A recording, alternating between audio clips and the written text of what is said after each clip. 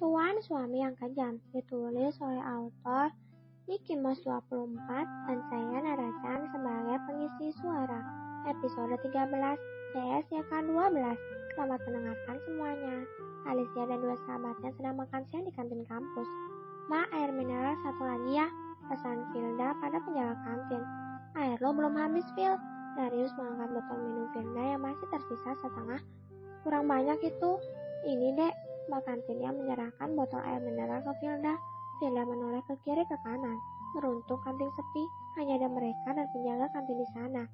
Entahlah, tumben hari ini kantin sepi. Filda mengambil botol mineral dan segera membukanya. "Habisin, Sat," ucapan Alicia terpotong saat wajahnya tiba-tiba. "Biur, Filda!"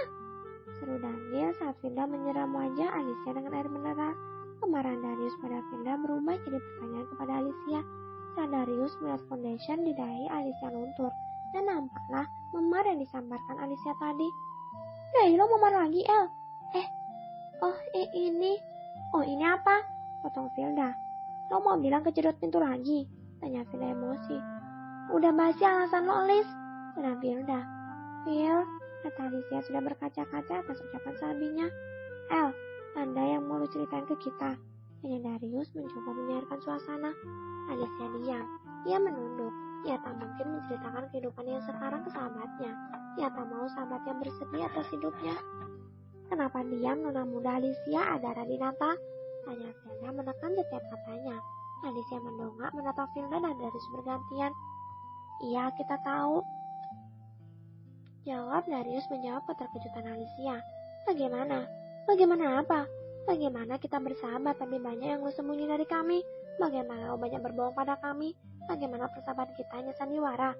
Cerita Filda panjang lebar memotong ucapan Alicia. "Phil," diri Alicia. "Phil, udah, kita kasih kesempatan untuk cerita," ujar Darius menekan sahabatnya yang sudah tersulut emosi. "Enggak, dia tuh gak akan cerita ke kita," bantah Filda. "Dia itu cuma nganggap kita orang asing yang hanya bisa berbagi kebahagiaan tapi tidak dengan deritanya," lanjutnya menggebu. "Aku muak bersahabat dengan dia," geram Filda. Beranjak dari duduknya, namun Alicia masih meraih pergelangan tangannya. "Phil," diri Alicia tanpa melihat wajah Filda. Filda bergeming. Ia membuang muka ke samping. Air matanya sudah luruh ke pipi. Tidak lama Alicia bangkit dan memeluk Filda dari samping. "Jangan tinggalin gue," ucap Alicia lirih. "Gue gak punya siapa-siapa selain kalian berdua di dunia ini." Misalkan Alicia bergetar. Ia menangis memeluk erat sahabat baiknya. Misalkan Filda pun tak dapat ia tahan lagi. Ia berbalik dan membalas pelukan Alicia erat. "Please, jangan menderita sendiri, Beb," ucap Filda di tengah-tengah isakannya. "Gue akan cerita, tapi tolong jangan tinggalin gue sendiri." Air mata Alicia sudah membasahi pundak Filda. "Bodoh, siapa yang mau ninggalin lo, El?" seru Darius di tempat. Ia terharu melihat kedua sahabatnya berpelukan. Matanya berkaca-kaca, namun ia menahan agar air mata tidak jatuh keluar. Mau ditaruh di mana mukanya kalau ia sampai menangis di depan dua gadis tersayangnya ini yang menganggapnya sebagai superhero mereka. "Gue boleh ikut meluk, Kak?" Darius pura-pura memelas. "Sini," ucap kedua gadis itu barengan. Darius kegirangan mendapat isi. Setelah ia bangkit dari duduknya, saat Darius merentangkan tangan hendak merangkul kedua sahabatnya, tiba-tiba tonyoran sekaligus bersarang di kepalanya, dan pelakunya tangan dua gadis cantik di depannya. "Au, sakit kok!" Ringis Darius memegang dahinya. Mereka terkekeh dengan tingkah Darius.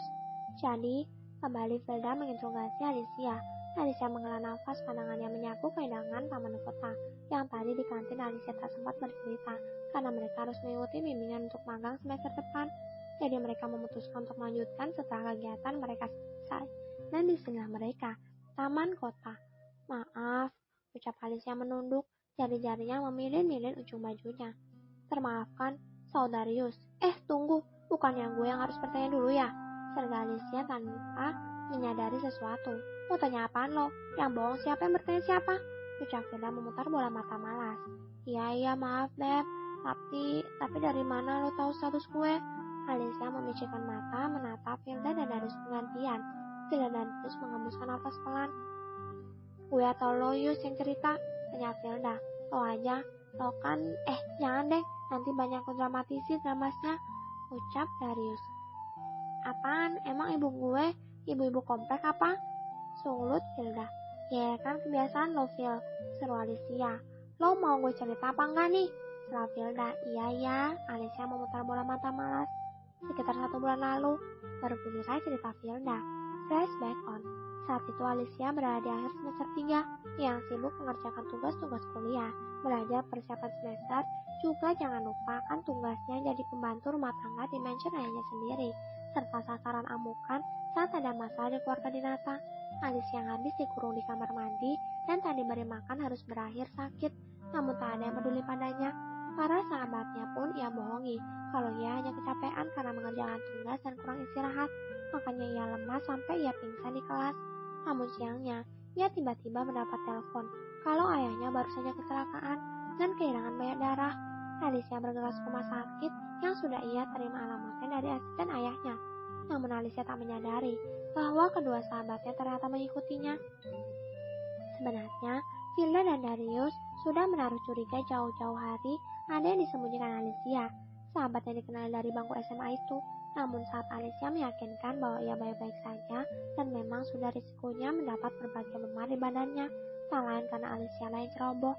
Namun kali ini Hilda dan Darius ingin memastikan dan tak mau menerka-nerka lagi.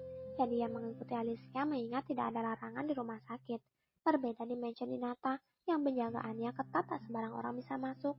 Saat berhasil mengikuti Alicia sampai rumah sakit, betapa terkejutnya mereka akan fakta bahwa Alicia ternyata anak kandung dari Dinata. Ya, mereka tak sengaja mendengar percakapan Alicia dan seorang wanita parumbaya yang terlihat sangat anggun. Namun kata-katanya kala itu sangat tidak manusiawi. Wanita parumbaya itu adalah Maria Rockpala, istri Tuan Dinata. Donorkan darahmu untuk suamiku, paksa Maria kala itu. Bahkan tangannya sudah mencengkeram leher Alicia. Dengar sendiri kalau saya tidak dalam keadaan tidak bisa donor, ucap Alicia suapaya. Alicia dengan senang hati ingin mendorongkan darahnya untuk ayahnya, mengingat stok darah rumah sakit yang sama dengan ayahnya kosong. Hanya ia dan kedua kakaknya lah yang bisa mendorongkan darahnya untuk sang ayah mereka. Namun saat pemeriksaan kesehatan tubuh, Alicia melemah. Bahkan dokter menyarankan Alicia untuk dirawat di rumah sakit, mengingat demamnya sangat tinggi dan mahnya kambuh, dan kedua kakaknya beralasan kalau mereka takut jarum suntik, jadi mereka tidak bisa. Juga Maria tidak tega kalau kedua anak Alicia kesakitan, jadi Maria tidak mengizinkan mereka berdonor. Kan masih ada darah Alicia, berkaitan dengan kesehatan Alicia, pikir Maria.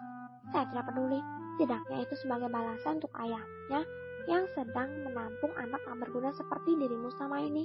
Desis Maria depan wajah Alicia. Cengkeraman pada leher Alicia semakin erat. Nyonya, Anda bisa membunuhnya, sahut asisten pribadi Nata yang dari tadinya diam. Anak wanita murahan ini mati lebih bagus malah, geram Maria. Ia mengempaskan tubuh Alicia hingga terjungkal ke lantai. Dua saudarinya hanya duduk diam, sibuk memainkan ponsel masing-masing, tak peduli sekitarnya. Flashback off. Oke semuanya, sampai jumpa di episode selanjutnya. Bye-bye semua. Kalau kamu mau dengar audiobook lebih banyak dan gratis, segera download AudioTune.